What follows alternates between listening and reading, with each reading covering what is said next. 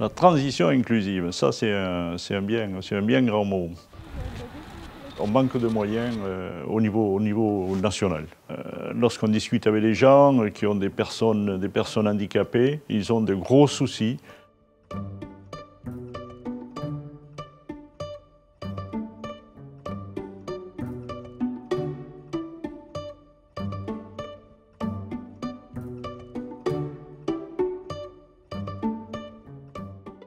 Il n'y a pas grand-chose qui se voit. Ce n'est pas en augmentant de 50 € une allocation d'adulte handicapé qu'on va pouvoir vivre comme tout le monde. Non. Il y a beaucoup de travail à faire au niveau de l'État.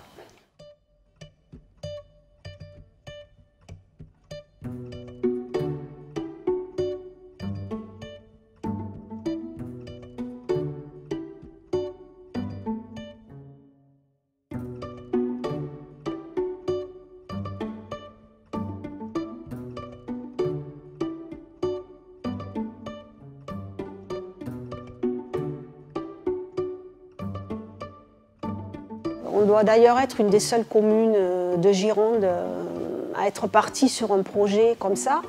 Voilà, on a proposé un terrain, on a cherché un bailleur social, on s'est débrouillé de nous-mêmes, quoi. Après, c'est le département qui est un petit peu forcé pour que ça puisse se faire. Sans dire une bêtise, Sylvie, ça te rapproche des enfants, non? Oui, Pourquoi une maison inclusive? Tout simplement pour permettre à des gens qui le souhaitent de vivre en colocation. Ça sera là? Ils partagent leurs prestations de compensation du handicap pour la vie de la maison. Ils sont locataires et ils ont leur vie, ils sont chez eux, tout simplement. Un projet politique au départ que nous avons travaillé depuis 2014. Voilà, la convention a été signée par le département. Ce projet va voir le jour dans le mois qui suit.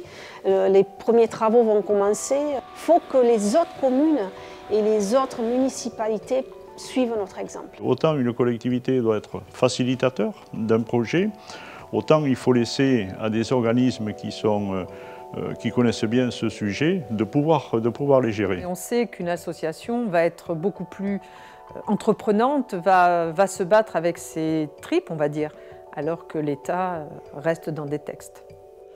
TCA, heureusement que ça existe.